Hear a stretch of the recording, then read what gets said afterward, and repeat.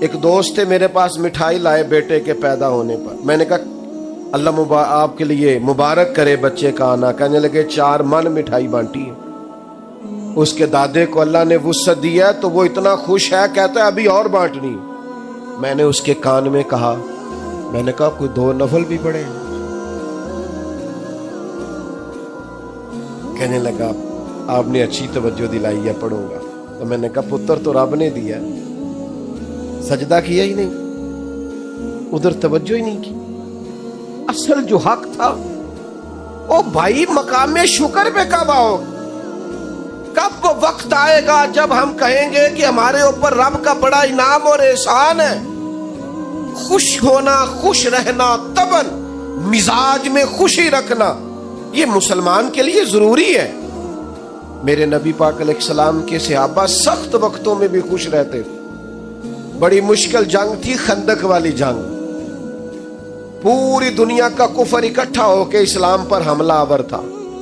صحابہ خندق کھود کر جنگ لڑ رہے تھے، پیٹوں پہ پتھر باندھے تھے. اس وقت بھی نبی پاک نے خوشی کی بات کی. جب ایک چٹان نہیں نہ ٹوٹتی تھی تو صحابہ نے کہا حضور توڑ دیں، تو نبی پاک ایک ضرب لگاتے، ساتھ ایک خوشخبری بھی سناتے. فرماتے لو بھائی تمہیں مبارک ہو، انشاءاللہ روم بھی فتح ہو جائے گا. دوسری ضرب لگاتے تو لو بھائی شام بھی فتح ہو جائے گا. تیسری ضرب لگاتے تو فرماتے خوش ہو جاؤ ایران بھی فتح ہو جائے گا. ایک ایک ضرب پہ ایک ایک خوشخبری. نہ اپنے بچوں کو مایوس کرو، نہ آنے والی نسلوں کو مایوس کرو، نہ لوگوں کو پریشان کرو. میرے عزیزو اپنی زندگی کے اندر خوش رہیں.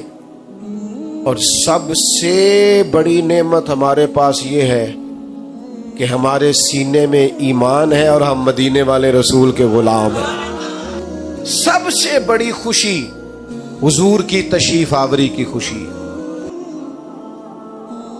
آپ کو پتہ ہی نہیں کہ انسان کے پاس جو ایمان ہے وہ کتنی بڑی دولت ہے. تھوڑی سی دنیا میں نے دیکھی ہے، دنیا میں گھوم کے دیکھو، پی ایچ ڈی تعلیم ہے، دنیاوی ڈگری پی ایچ ڈی. کئی ملکوں میں کاروبار ہے، پر اس بندے کو اتنی عقل نہیں کہ یہ بت تو میں نے اپنے ہاتھ سے بنایا ہے اور میں اس کے سامنے کھڑا ہوں. ہدایت او بھائی ہم تو سستی بڑے ہیں، وضو غسل کے مسئلے نہیں سیکھتے، ہمیں محنت کر کے ہدایت لینی پڑتی. مشکل تھا. دیکھو دنیا میں پڑھے لکھے لوگ کس گمراہی میں وقت گزار رہے ہیں. معاذ اللہ خدا کا شکر نہیں ادا کرتے. اس ماں کی گود میں آنکھ کھلی ہے جس نے پیدا ہوتے ہی محمد عربی کے نام کا کلمہ سنایا ہے. یہ نعمت اتنی بڑی شکر کے قابل ہے. یہ تو قیامت میں پتہ چلے گا نا جب مومنوں کو اللہ شان عطا فرمائے گا. حضور نے فرمایا جہاں جہاں وضو کے قطرے لگتے رہے جسم کے وہ حصے 14ویں کے چاند کی طرح چمکیں گے. آپ کو پتہ چلے گا قیامت میں کہ ایمان کی طاقت کیا ہے. میرے دوستو جب بندہ مسلمان ہوتا ہے نا تو اسے پتہ کہتا ہے نا بینیفٹ کیا ہے. بینیفٹ یہ ہے کہ نیکی کا صرف ارادہ ہی کیا ہے، کی کوئی نہیں، ارادہ ہی کیا ہے. اللہ کے فرشتوں نے نامہ اعمال میں لکھ بھی دی ہے، اور اگر کر لی تو کی ایک لکھی کتنی جائیں گی؟ 10 سے لے کر 700 گنا تک. جتنی نیت اچھی اتنا اجر بھی. آپ کو پتہ ہے ایمان ذہنی طور پر سکون دیتا ہے بندے کو. ایمان اطمینان قلبی کا نام ہے. جو ڈھونڈتے پھرتے ہیں نا ہم کون ہیں، کہاں سے آئے ہیں، کیوں آئے ہیں، کس نے بھیجا ہے، کون بنانے والا، جو ڈھونڈتے پھرتے ہیں انہیں نیند نہیں آتی.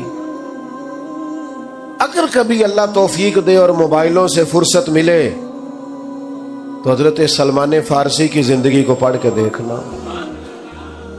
ڈھونڈا انہوں نے ایمان ہدایت کا رستہ ڈھونڈا.